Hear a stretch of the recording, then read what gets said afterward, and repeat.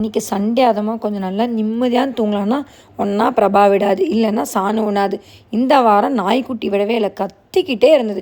சரி போடா எதுக்குடா கத்துற, அப்புறமே வந்து பால் வைக்கணும்னு சொல்லிட்டு நான் உள்ளே வந்து வீட்டிலலாம் வேலை செஞ்சுட்டா சாணம் அழிச்சாட்டி, அம்மா நான் ஹெல்ப் பண்ணுறேன்னு சொல்லிட்டு அடுத்தது பிரபா ஹெல்ப் பண்ணுறேன்னு சொல்லிட்டு சரி இப்படியே மாறி மாறி நாங்கள் வேலை பார்த்துட்டு இருந்தோம். அப்போ தான் மறுபடியும் நாய்க்குட்டி கத்துது.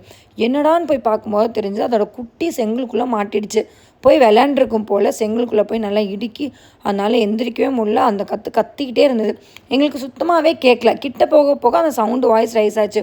ஓ இதுக்கு தான் நீ கத்திரிக்கியா அப்படின்னு சொல்லிட்டு ஒரு வழியாக செங்கல்லாம் எடுத்து போட்டு அதுக்கிட்ட கொண்டு போய் அதோட அம்மாட்ட கொடுக்கறதுக்குள்ளே எனக்கு போதும் போது ஆயிடுச்சு. ஒன்று மட்டும் மாட்டிட்டு கட்டினா பரவாயில்ல, ஒன்று குச்சிக்குள்ளே போய் மாட்டியிருக்கு, ஒன்று செங்கல்கிட்ட போய் மாட்டியிருக்கு, ஒன்று டிச்சுக்கிட்ட போய் படுத்துட்டுருக்கு. இப்படி மாறி மாறி இருந்தது.